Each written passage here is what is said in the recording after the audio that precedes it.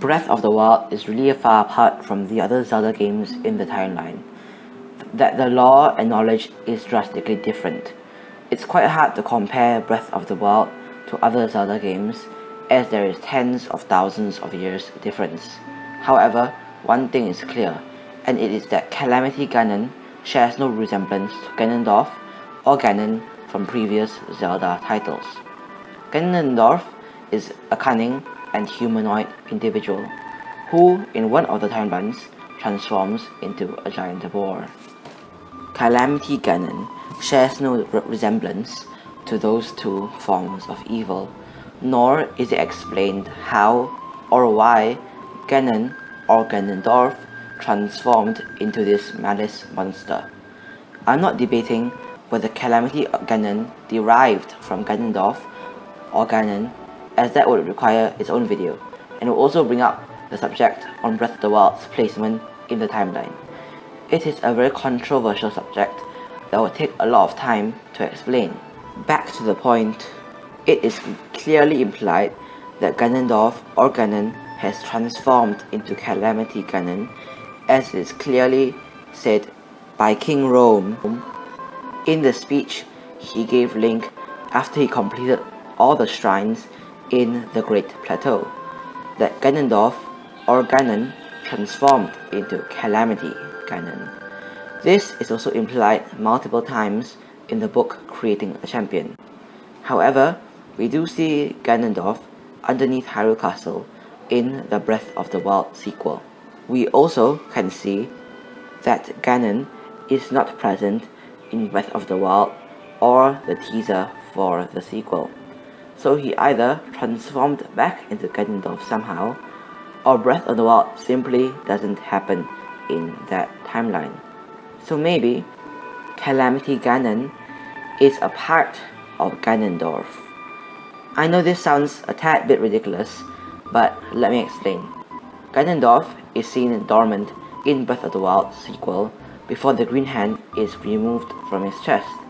However, he still spews out malice despite being trapped. And what is Calamity Ganon made of?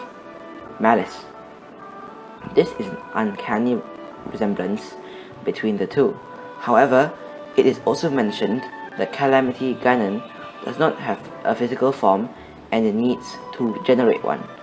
This may be because Ganondorf, while being sealed, let part of his soul out to become what is known as Calamity Ganon.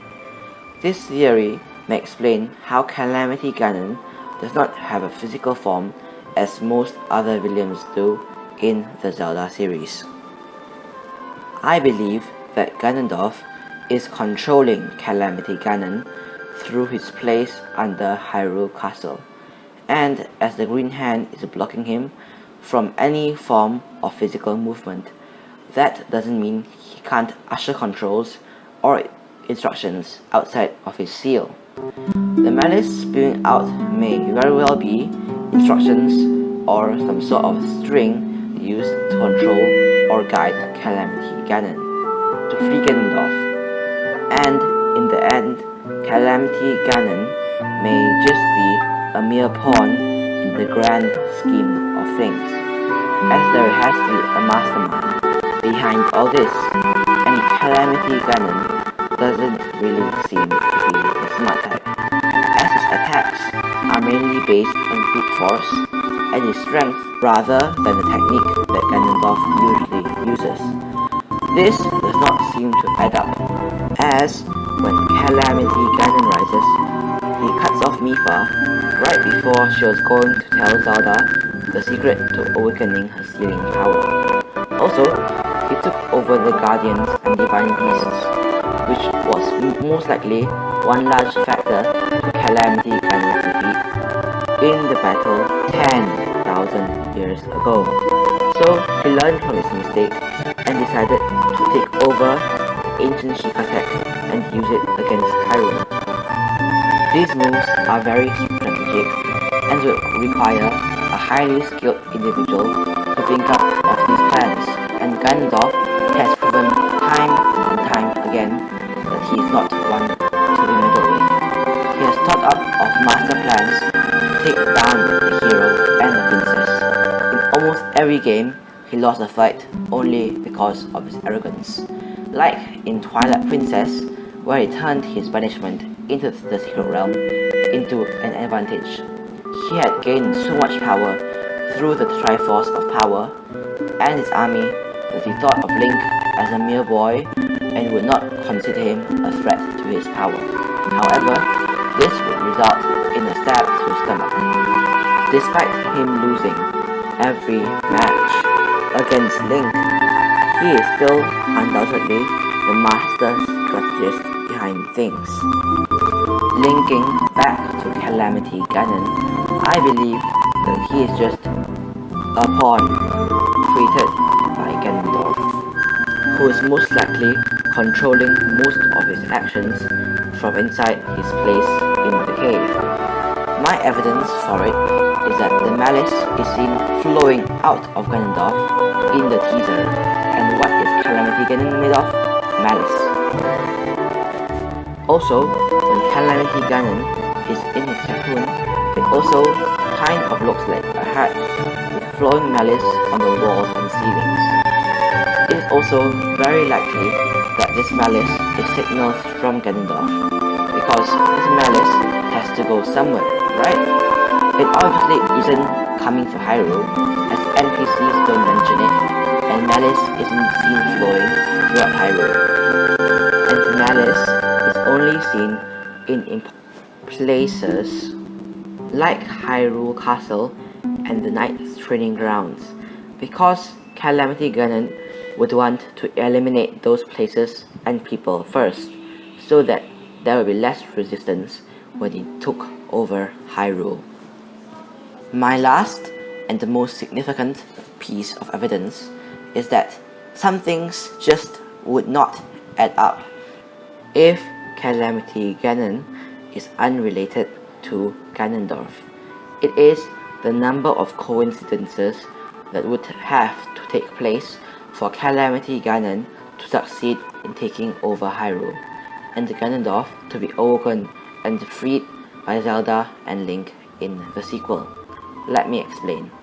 If Calamity Ganon and Ganondorf were two separate forms of evil, Calamity Ganon probably wouldn't give up on reincarnation, turning into Dark Beast Ganon. And for all those people who say that the English version is not canon, then the Japanese text claims that the Dark Beast Ganon form was born from his obsessive refusal to give up on reincarnation. However, if Calamity Ganon was alone, he would have waited for the right time to strike and would have grown a stronger form. As we know, he is very patient in his plans, waiting thousands of years just so that he can grow a stronger form and wouldn't have to face a Zelda that is in full power. But what if Ganondorf thought from his place within the cave that he had no use for Calamity Ganon anymore, and therefore just threw him away? Because after all, Calamity Ganon's purpose has been fulfilled. He has weakened Hyrule to the point that there isn't even an army anymore, and most of the Sheikah tech is gone. Link and Zelda are not expecting another Calamity for at least another 10,000 years. Therefore, they would most likely focus on rebuilding society and not preparing for another monster raid. Calamity Ganon's defeat was no accident. It was a strategic decision to make the hero and the princess lower their guard, and to awaken Ganondorf, who lay dormant beneath the ground. One big question is also why Ganondorf did not reincarnate back into the Gerudo. This may be because he was never dead in the first place. However, this does not change the fact that the Gerudo must give birth to a male every 100 years, whether that be Ganondorf or any other male, and that male must rule the Gerudo. However, after the destruction that Ganondorf brought, the rule may have changed. We also do know that the Gerudo have no records of any male born within the tribe for the past 10,000 years. This may be because they have married Hylians for centuries. This is proven by masterworks and the fact that their ears are no longer round, but in fact pointed by the Hylians.